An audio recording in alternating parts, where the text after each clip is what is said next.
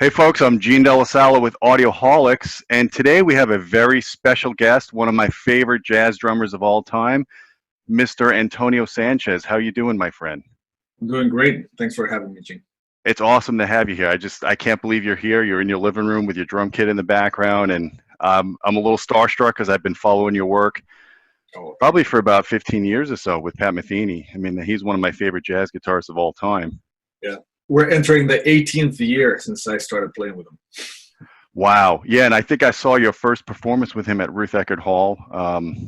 It was before the Way Up tour. I think it was still like not. Geez, I can't Speaking of remember. now, What was it? speaking of now, That's it. Yes, and then you did the Roots of Coincidence, and you guys tore the place out, man. You had all the lights going, the strobing effects, and it was just amazing. yeah, it was a fun project always to be out with that band. So let me ask you this: what made you become a drummer?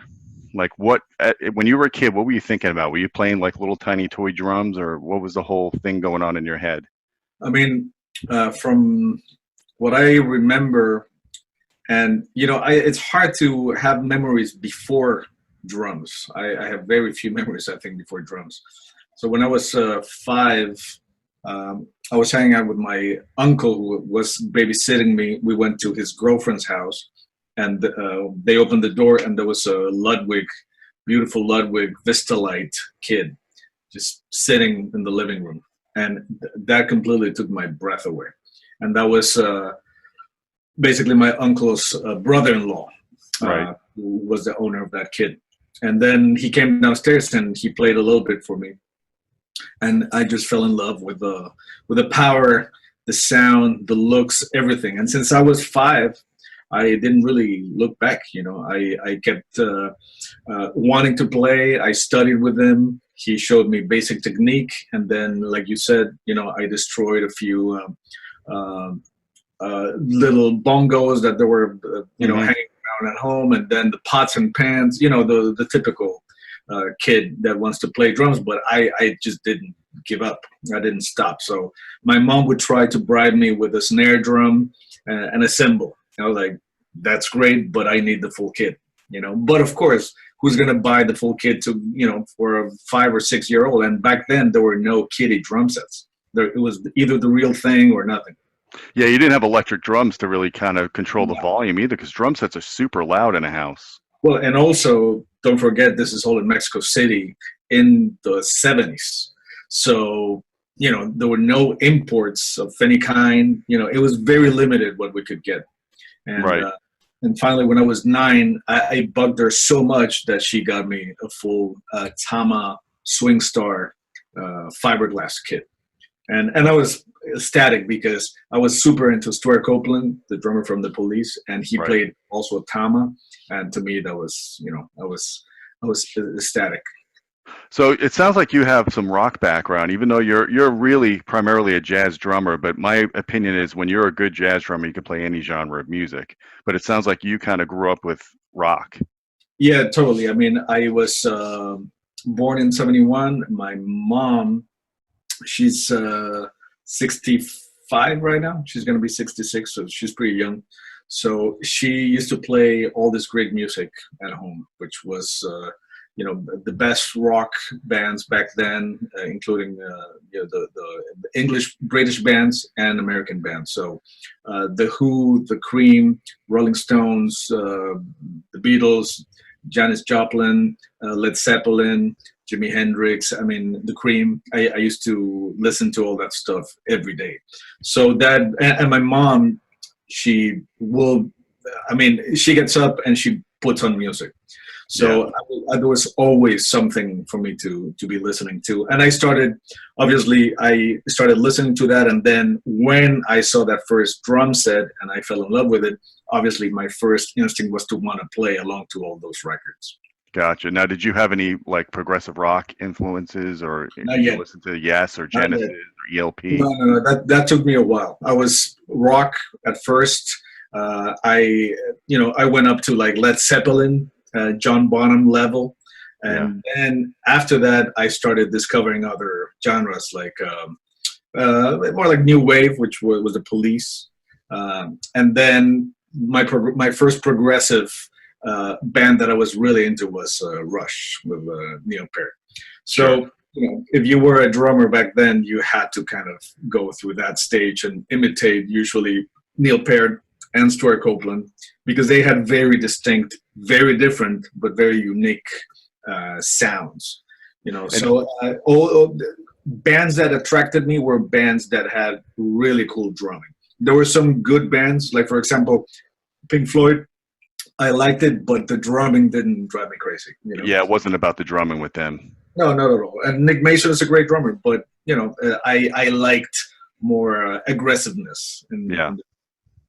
It's interesting you mentioned Neil Peart, because he said one of his influences when drumming was actually Phil Collins during "Selling England by the Pound," which is one of the earlier Peter Gabriel era albums. And if you listen to the drumming on that album, it's pretty amazing.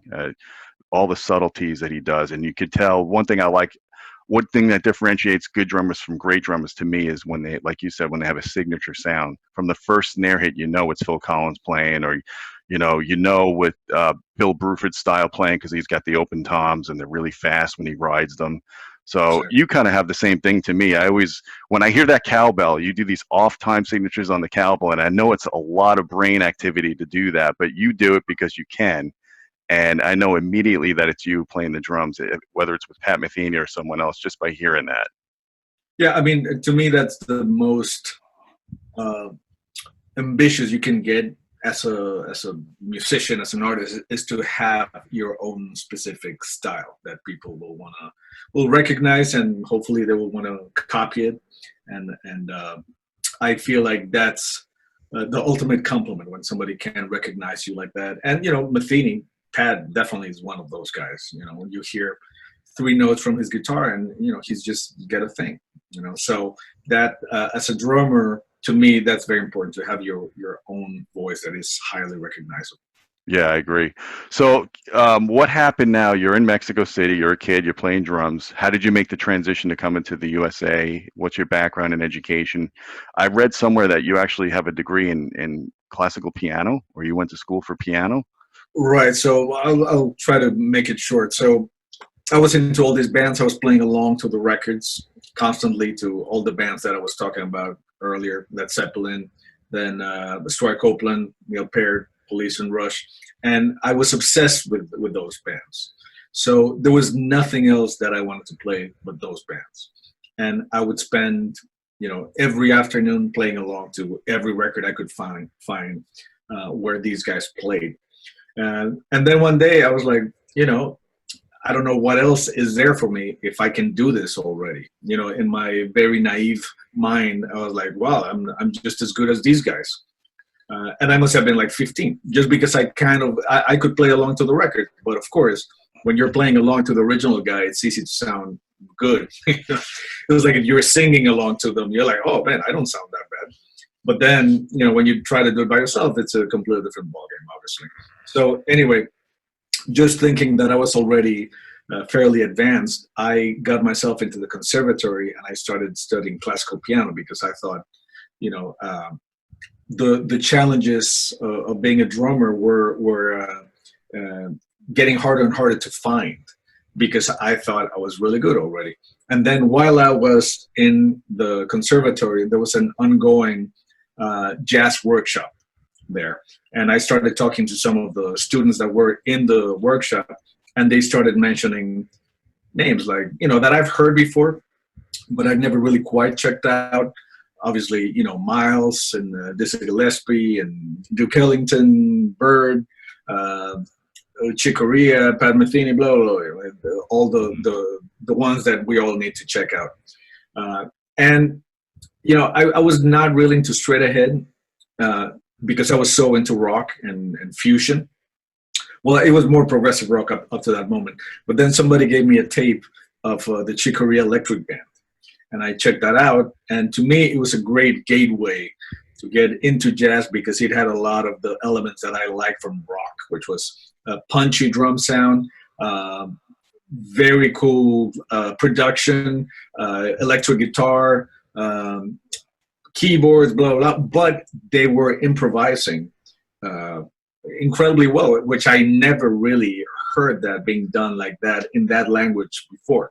So to me, that was the gateway going into fusion, which obviously is a combination of rock and jazz. And then from there, I started finding out about other drumming styles, other sounds. I started getting into Tony Williams after that, Max Roach, Elvin Jones, blah, blah, blah, Art Blakey, Roy Haynes. And then I really started trying to check out what these amazing jazz drummers were doing. But it took me a while. When I was 21, that's when I moved to the States to go to Berkeley. And when I got there is really when I started trying to find out what Tony Williams was doing.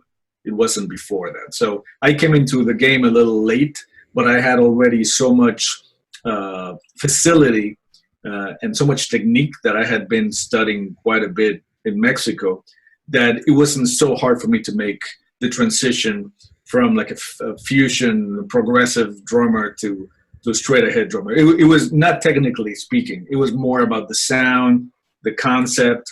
Everything was different, of course, but at least I had the hands and the feet to do it. It was just a matter of getting the concepts in my head.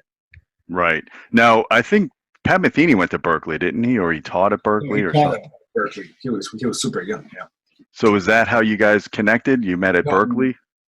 No. I started playing with a few different people. First in the Boston scene, and then Danilo Perez, who has been playing piano with Wayne Shorter for quite a long time now.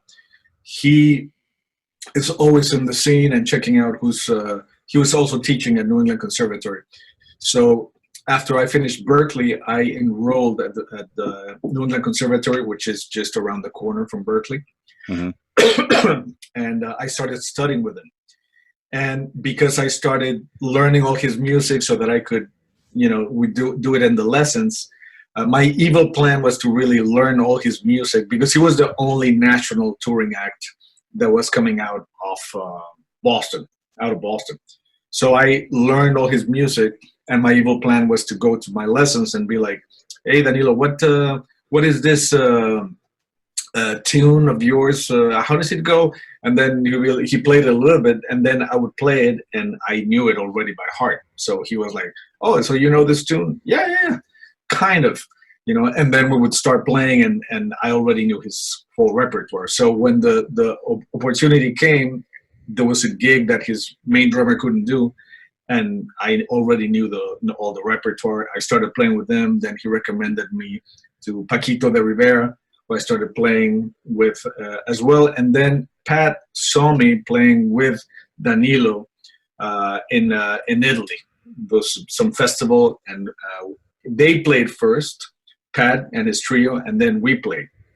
And it's a really funny story because back then I was playing with, I must have had like 6 or 7 different cowbells. I had a flat timbal instead of one of my toms. I had bongos. I had a conga that I would sometimes hit with my hand or with my stick. And there's a lot of independence going on. And we were playing music that would totally lend itself to that. And the story goes that after Pat played, he was having dinner backstage, but it was an open air festival, so he could hear what we were doing. Mm-hmm. The promoter asked him, "So do you like what this band is doing?" And he's like, yeah, it sounds really cool. I especially like the way the drummer and the percussion player played together, not knowing that was just me. So then he said, no, but it's just one guy. And then like that caught Pat's attention, and then he stood up, he went to the side of the stage and started checking out what I was doing. And then we met that day. He was super nice. And then a few days later on the same tour, I was playing in London with Danilo, and Pat was also playing in London at a different venue. And then he came after his gig because we had 2 sets. He saw our second gig, and the rest is history, basically. Yeah, so you guys just lined up. Not even in New York, where he's mostly based out of. You lined up internationally, basically. Internationally, I mean, that's how you meet a lot of people at festivals, and then maybe you'll hook up in New York. So that's what happened. We started jamming at his studio on a weekly basis. We were both around and available. And little by little, we got comfortable with each other, and then he offered me the gig for the Pat Metheny group, and that was in 2001. Yeah, it's been a long time. So how many albums are you on with Pat Metheny? I lost track already. The thing is, with the Pat Metheny group, it's only two. One in Right. 2002, speaking of now, and then 2005, The The Way Way Up. Up. Hmm. But that was the last one we did as the Pat Metheny group. But then after that, we did records with Gary Burton, Steve Swallow, the Unity Band, the Unity Group, one called Tap.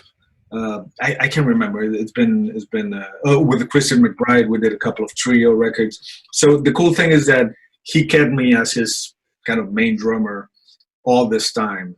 For virtually every project he's done. So it's been an amazing ride. Would you say that The Way Up was the most ambitious work you've done to date? I know Pat, when I watched some of the interviews on the Blu-ray, he said it took years of planning for that album Yeah, and for the that was tour.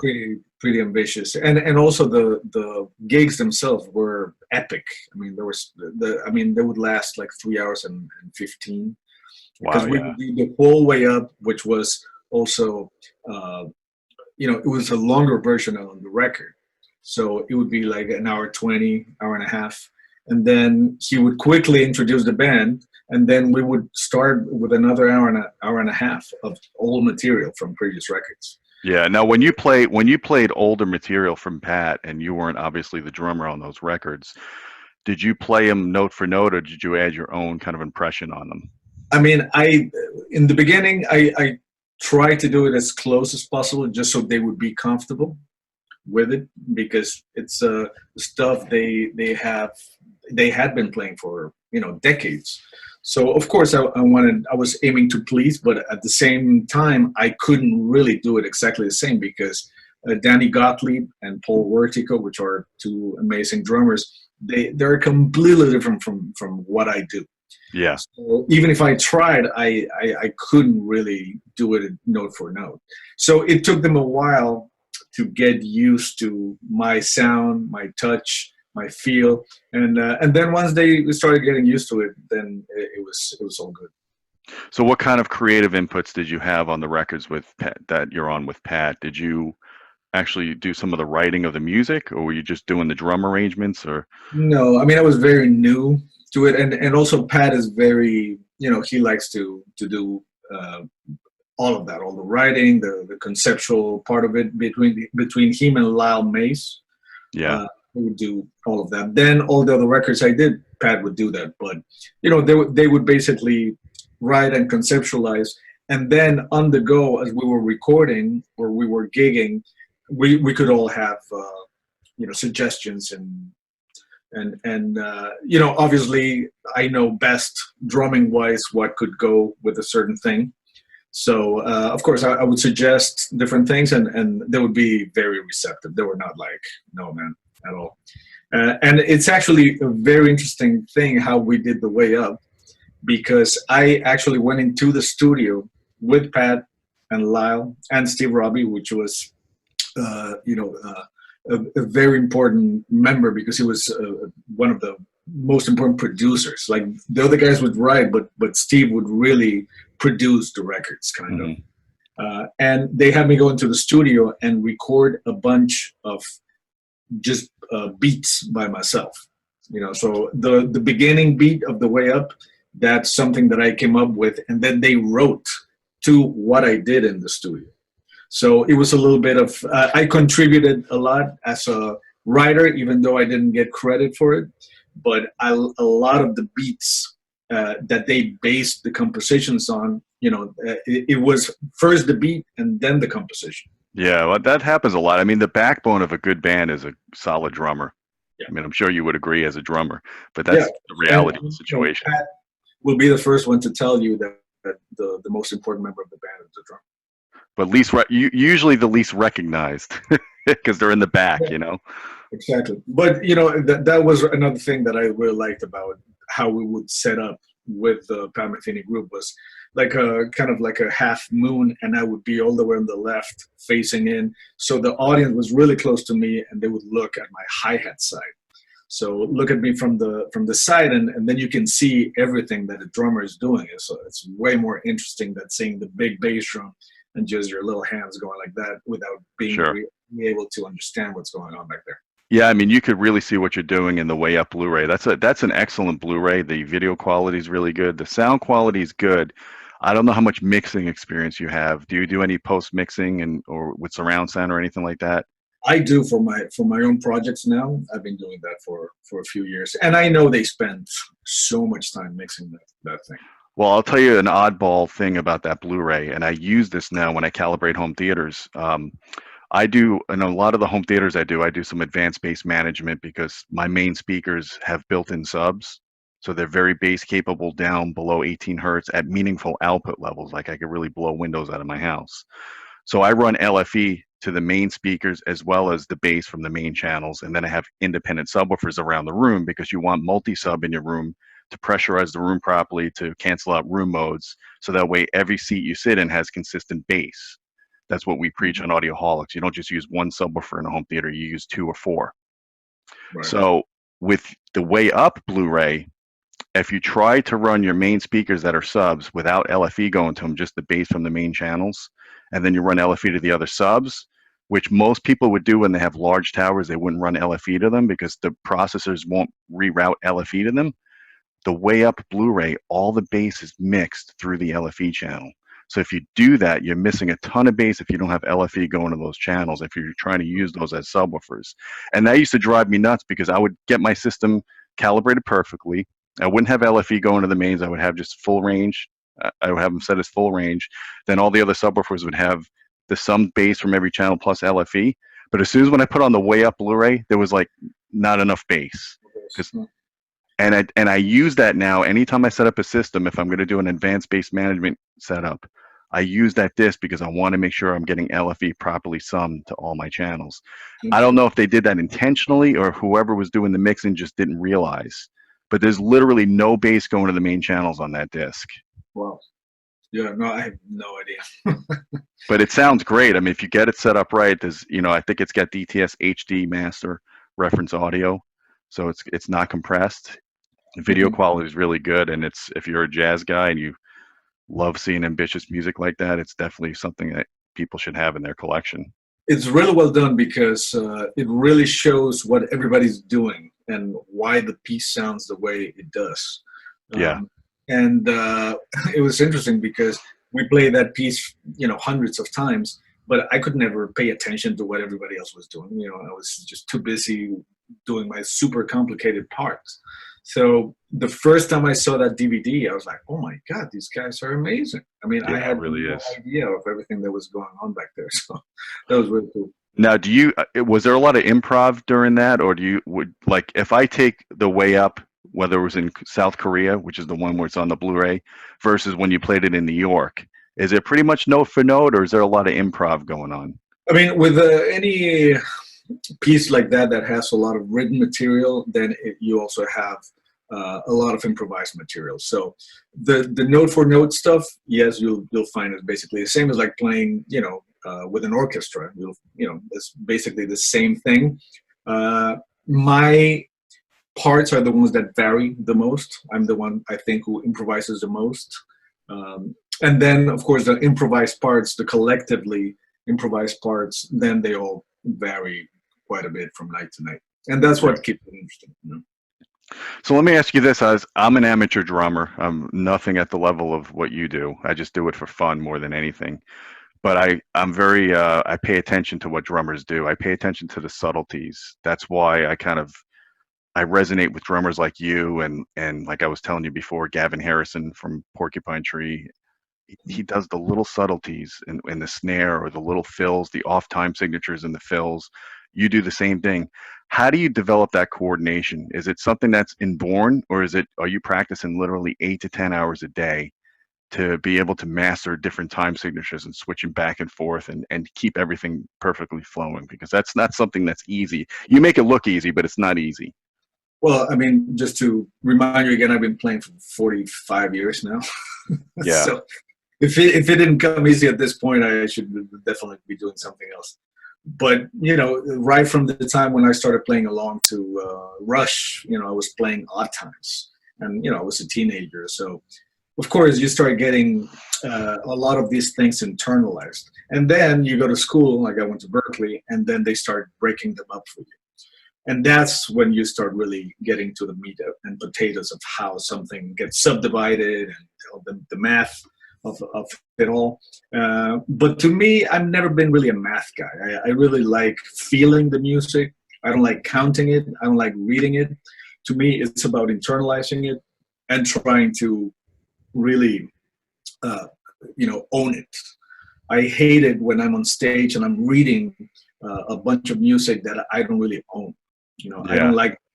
I really like to have it internalized, and I ask my musicians in my band to also do that, because that makes a huge difference in how you're going to play it, and then also what it looks like on stage. If you see a bunch of guys reading, imagine going to a rock gig and everybody's reading. I mean, it would Oh be yeah, that would horrible. be very robotic. Yeah, so that happens in jazz all the time, and I hate it. And I think it's wrong, for people not to know this stuff. Um, Pad was one of the ones that I started playing with that would demand that everybody would read. Wouldn't read. Nobody would read, and he was the first one that hated having a music stand on stage. So I got a lot of cues from his mo. Gotcha. So back to Rush real quick. What's your favorite Rush song to drum to? Was it YYZ or was it Tom Sawyer or? I mean, La Villa Strangiato. That was fun. Tom Sawyer, YYZ, New World Man. There's a lot of really cool stuff to play along with. They put a lot of sound on stage for three people. Yeah, I mean that's what I loved, and same thing with the Police. I love rock power trios. That they can really do all that stuff live. And back then nobody really was playing with sequences and stuff like that. Not Right. like today. So they were really producing, all the sounds. It was really cool. So I'm kind of curious, outside of reproduction of music, or I should say production of music, when you're listening to music, the reproduction of music, are you doing it in 2-channel? Are you doing it in multi-channel? What are you doing in your own place? I mean, right now I'm in my studio, and I have two really nice Yamaha monitors, and this is where I do all the production for my records, pre-production, post-production, mixing. I do everything here. Oh, so you do some you actually do some recording in here? Oh yeah. I don't know if you can see back there is my drum kit, and it's all mic'd up, so I can record.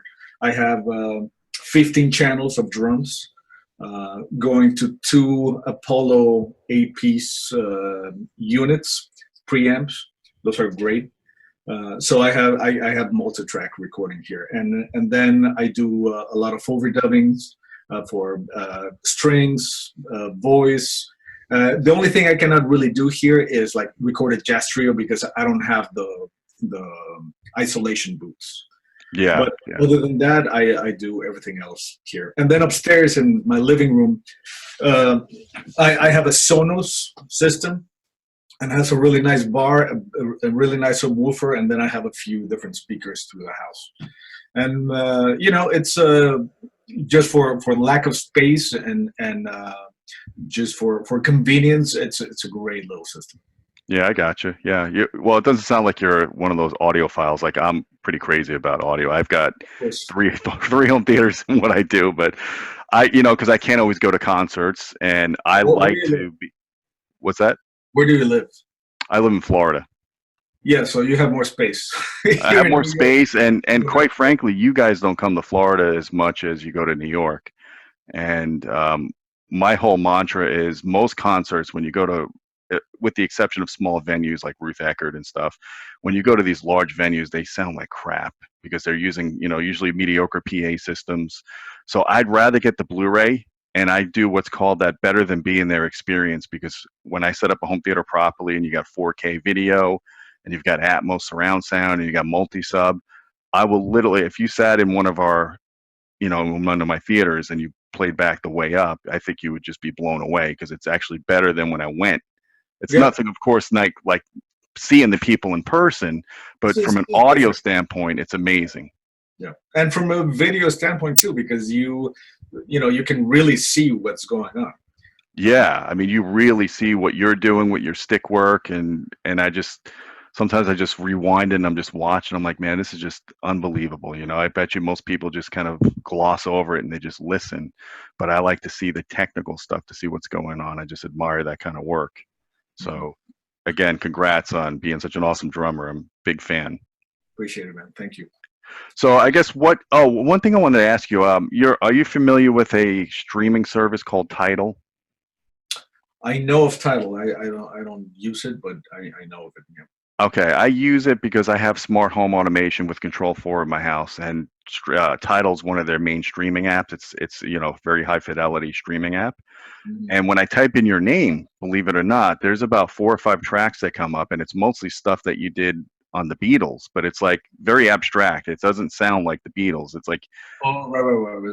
There's Impressions of Pepper. It's called. yeah. So give me the story behind that. Well, it's just something that Verve, the record company, approached me to do, and they were doing a reworking of the whole album with a bunch of different artists. So they asked me to do the first track and then the reprise at the end. So the Sgt. Pepper's Lonely Hearts Club Band, that's the one I did, and then the reprise and almost at the end of the record.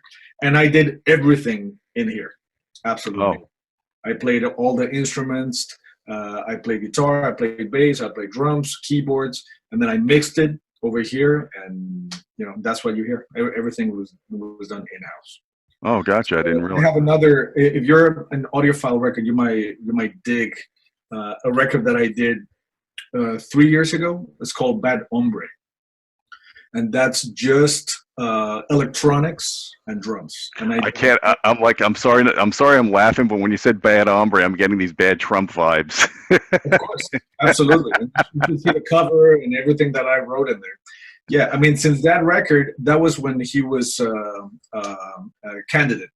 Now, Uh-huh. I just put out another record with my band Migration, which is called Lines in the Sand. And I was doing a concert in the Tijuana San Diego border, and I saw the border there, and I took some pictures, and it was so poignant and powerful, and I put that on the cover, and it's all about what's been going on, people, families being ripped apart in the border, the national emergency, Yeah, yeah. everything that is going on. It's of great concern to me. Because I'm a Mexican citizen and I'm also a naturalized American citizen. So I feel trapped in between those two political worlds. And for Yes. me, it's incredibly painful how Donald Trump has been painting and talking about Mexicans and how we're all, rapists and criminals.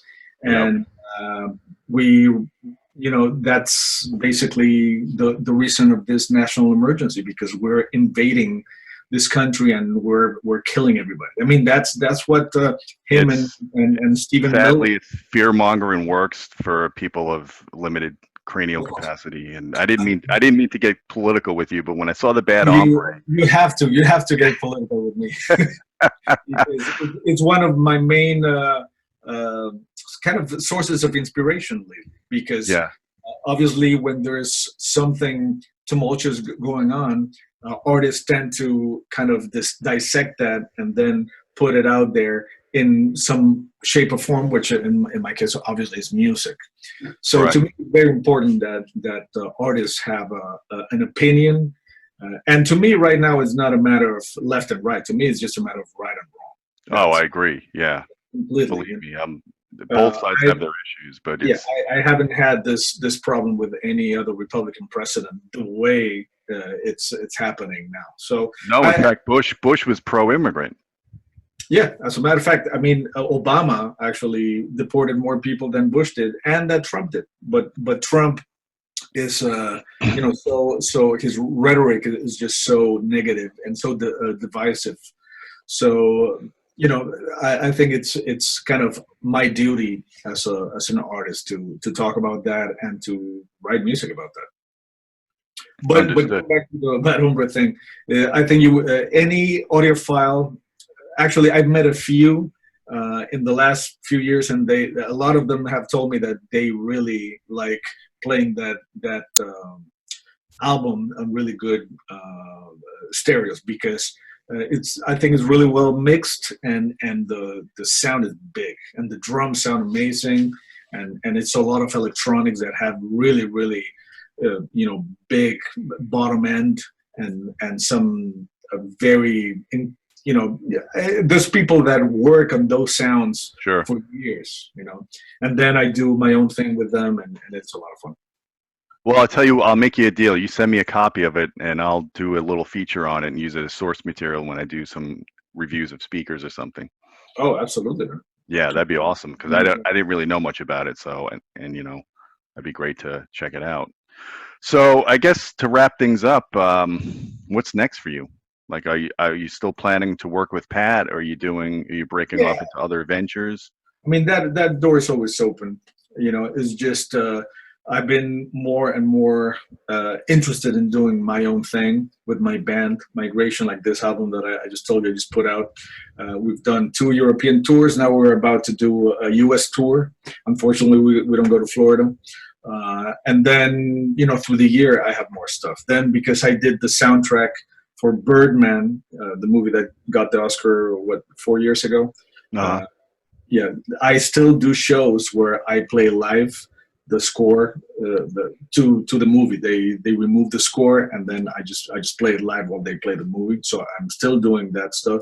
Here I do the soundtrack for Get Shorty, which is a great series with Ray Romano and Chris O'Dowd. That it's being played right now in Epics, and it's on iTunes, and it's on Netflix too. Oh, okay. So I do a lot of soundtrack stuff for commercials. I've done a bunch of Japanese commercials for Kirin green tea over here. Cool. I've done, 10 or so. So it's really cool that they send me tracks over here. I can do them here at home. I send them to the other side of the world. And the next year, I'm putting out my new record, which is going to be Bad Hombre Volume 2. And it's going to be the same thing. I'm going to do everything over here, but I'm switching record companies to Warner Music, which is the first time I've been with a major label. So hopefully I'll get some nice traction from that. So between all those things, probably next year, 2020, there's some stuff with Metheny. But I'm really mainly concentrating on my thing, and because I'm doing more and more TV and film work, that requires me to be home more. So it's really hard for me to take off months and months on end, like I have been doing with Pat.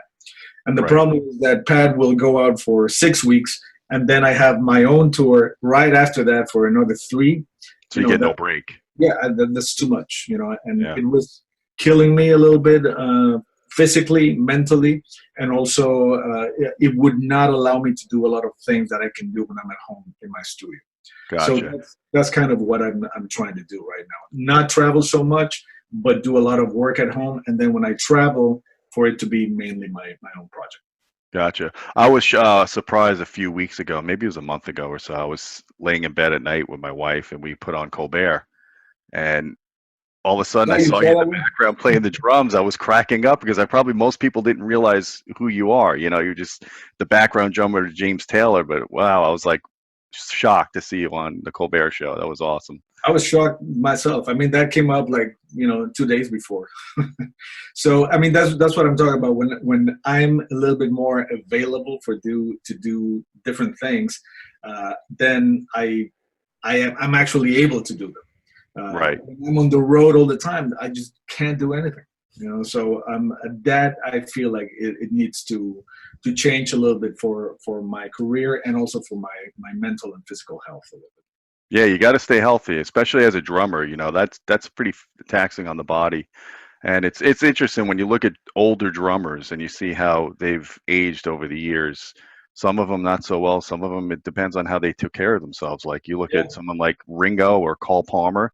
Those guys are still, and physically fit.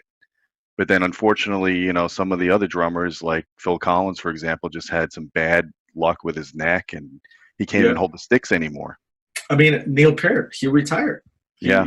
he was in so much pain. And I have to say, when I see him play, I, I even though he has amazing technique, the way his shoulders look to me, I'm like, no wonder why he can't play anymore, because the way his drums were set up were really high and flat. So in order to reach, you have to like raise your shoulders quite a bit. Oh, okay. And that tension, day in and day out for years, I mean, that kills you. Yeah. And besides, you're playing hard. So to me, everything I have is as low as possible, so that I don't have to do this at all. Everything is from here. My highest cymbal is probably, everything is below me. Nothing's above me. So of course I don't have a drum set as big as he did, but he studied with Freddie Gruber, who was this guru of technique on drums, and I think he experimented with different things, but I was surprised to see him like this all the time for somebody that has so much experience. I don't know if that had anything to do with it, but to me, if I was him, I would be like, that just unnecessary strain on your body. Oh yeah, I mean, I do when I play drums for if I play for an hour or two, I notice my forearms start hurting, and it's probably because my technique is not good, because maybe I hold the sticks too hard. There's so many factors. It could be technique, and it could be a combination of technique and not building your muscle enough, obviously. Yeah. But if you're building your muscle in the wrong way, sure, like curling and stuff. That could be devastating for your career. So you have to be super careful with technique in order to have obviously a lengthy, healthy career. That's a drummer. It's a lot of pounding, a lot of shock that your body is absorbing every time you hit something. So who are your favorite drummers today that are still playing, aside from yourself? Of course, you can't include yourself. I'm one of my favorites. I mean, Roy Haynes is not. I think he's going to be 93 or 94. Yeah, he's still playing, which is amazing. There's some incredible jazz drummers that can play everything. Brian Blade has always been a favorite of mine. Eric Harlan, Mark Juliana, Marcus Gilmore, Obed Calvert. I mean, I think it's a great time for drummers. Have you ever heard of a drummer named Marco Minman? Marco Minman, sure. Yeah. Oh yeah, I really like his style. Thomas Lang, which are like super crazy technicians. I mean, those guys play really kind of progressive or very fusiony stuff, which I'm not super into nowadays. But that's the cool thing for me. I cannot talk bad about anybody because everybody's incredibly good. I cannot say it might be maybe it's not my cup of tea, but I recognize the talent, the work, the style. I mean, to me, everybody's amazing. It's just a matter of how you use your technique and your musicality. And sure, I might see things in a different light, but when I see them play, I'm like, wow, these guys are incredible. Yep, gotcha. Well, guys, it's Antonio Sanchez we're here with. Please check out some of his works, especially with the Pat Metheny group. I just always thought that when you were on his albums, you brought the music to the next level. You elevated the music, and that's a sign of a great drummer. We got to check out, what's it called? Bad Hombres, right? Well, I recommend to check out the stuff with my own band because I feel like my drumming really comes across in its full spectrum on my own projects, because I write for my drumming, and my drumming dictates the writing too. Sure. So it's very different from Pat's stuff. Very, very, very different. Well, we'll link some of that up. We'll link some of that up in the video so people can take a look at it, whether it's through iTunes or if they go on YouTube or something. Yeah. The Spotify, all my stuff is there pretty much. Awesome. And then also, if you like, my drumming and anybody that enjoyed Birdman, which the soundtrack was basically all drums, you can also check out Get Shorty, which is a really fun, quirky, dark comedy show and it's going to be the third season this year. So it's an ongoing thing that I've been enjoying quite a lot. That I do everything here in my studio. Yeah, I didn't know you were involved with that. I've always seen the advertisements for the show, but I never committed to watching it. So Yeah, I yeah, definitely get it's a lot of fun. It's a lot of drumming and then synths and textures and stuff. It's really cool.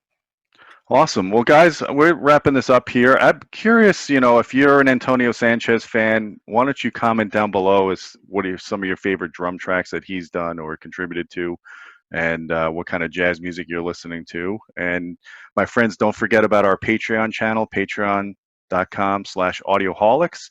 You'll get advanced copies of these videos before they go live. We have some unique content there as well. So take a look at us there. And my friends, until next time, keep listening.